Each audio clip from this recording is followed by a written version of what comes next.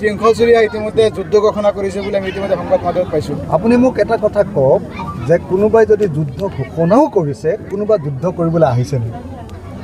অসমীয়া মানুহটো ইমান মূৰ্খ নহয় ন? যোৱা 2014 চনৰ 16 মে তাৰিখৰ পৰা অসমৰ বিদেশীক খেদিব বুলি বিজেপিয়ে কৈছিলে। 2014 চনৰ 16 মেৰ পৰা এতিয়ালৈকে কেইবছৰ হ'ল? 11 বছৰ 12 বছৰ হ'ল। 12 বছৰত এজনো বিদেশী নেখেদিলে। কিছুমান মানুহে সংঘাত লগাব খুজিছে, যুদ্ধ যুদ্ধ বুলি কৈ আছে। চাওক, আমি আহোম মানুহ, মই সাতগৰীয়া আহোম বংশৰ মানুহ, মই লাচিতৰ বংশৰ মানুহ। মই যদি কওঁ যে তুলি ল'ম, দেখিবলৈ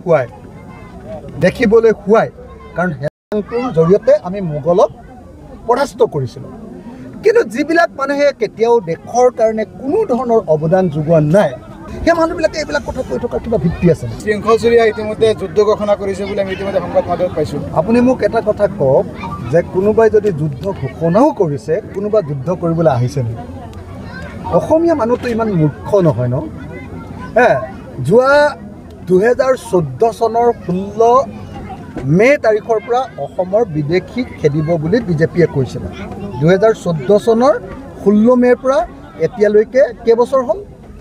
11 বছৰ 12 বছৰ হ'ল। 12 বছৰত এজনো বিদেশী নেখেদিলে। কিছুমান মানুহে সংঘাত লগাব খুজিছে, যুদ্ধ যুদ্ধ বুলি কৈ আছে। চাওক, আমি আহোম মানুহ, মই সাতগৰীয়া আহোম বংশৰ মানুহ, মই লাচিতৰ বংশৰ মানুহ। মই যদি কওঁ যে তুলি ল'ম, দেখিবলৈ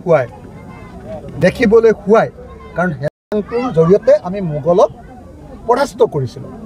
কিন্তু যিবিলাক মানুহে কেতিয়াও দেশৰ কাৰণে কোনো ধৰণৰ অৱদান যোগোৱা নাই, সেই মানুহবিলাকে এইবিলাক কথা কৈ থকাৰ কিবা ভিত্তি আছে। শৃংখল চুৰিয়া ইতিমধ্যে যুদ্ধ ঘোষণা কৰিছে বুলি আমি ইতিমধ্যে সংবাদ মাধ্যমত পাইছোঁ। আপুনি মোক এটা কথা কওক যে কোনোবাই যদি যুদ্ধ ঘোষণাও কৰিছে, কোনোবা যুদ্ধ কৰিবলৈ আহিছে নেকি? অসমীয়া মানুহটো ইমান মূৰ্খ নহয় ন? যোৱা 2014 চনৰ 16 মে তাৰিখৰ পৰা অসমৰ বিদেশীক খেদিব বুলি বিজেপিয়ে কৈছিলে।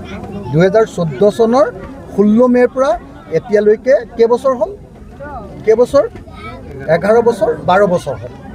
12 বছৰত এজনো বিদেশী নেখেদিলে। কিছুমান মানুহে সংঘাত লগাব খুজিছে, যুদ্ধ যুদ্ধ বুলি কৈ আছে। চাওক, আমি আহোম মানুহ, মই সাতগৰীয়া আহোম বংশৰ মানুহ, মই লাচিতৰ বংশৰ মানুহ। মই যদি কওঁ যে তুলি ল'ম, দেখিবলৈ শুৱাই, কাৰণ হেংটোৰ জৰিয়তে আমি মোগলক পৰাস্ত কৰিছিলোঁ। কিন্তু যিবিলাক মানুহে কেতিয়াও দেশৰ কাৰণে কোনো ধৰণৰ অৱদান যোগোৱা নাই, সেই মানুহবিলাকে এইবিলাক কথা কৈ থকাৰ কিবা ভিত্তি আছে।